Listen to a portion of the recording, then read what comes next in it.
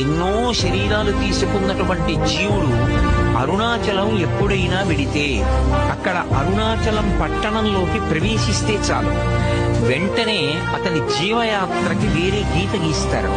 అరుణాచలము వెళ్ళక ముందు, అరుణాచలము వెళ్ళిన తరువాత అని. అంటే అరుణాచలానికి ఎంత వైభవం ఉందో, ఆ క్షేత్రం ఎంత గొప్పదో మనం అర్థం చేసుకోవచ్చు.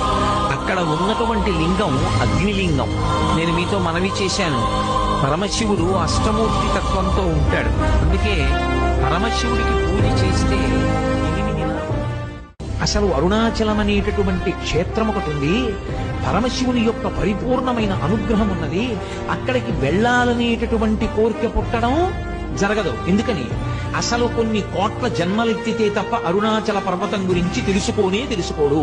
అరుణాచల ప్రవేశమునకు ముందు, అరుణాచల ప్రవేశము తరువాత అని జీవుడికి విభాగం చేస్తారు. అసలు వీడెప్పుడైనా అరుణాచలం వెళ్ళాడా చూస్తాడు.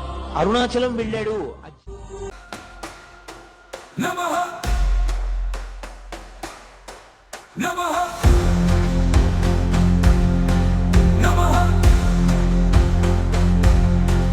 నమః నమః నమః నమస్తే మస్తు భగవాన్ విశ్వేశ్వరాయ మహాదేవాయ త్రయంబకాయ త్రిపురాంతకాయ త్రికాగ్ని కాలాయ కాలాగ్ని రుద్రాయ నీలకంఠాయ మృత్యుంజయాయ సర్వేశ్వరాయ సదాశివాయ శ్రీమన్మహాదేవాయ నమః నమః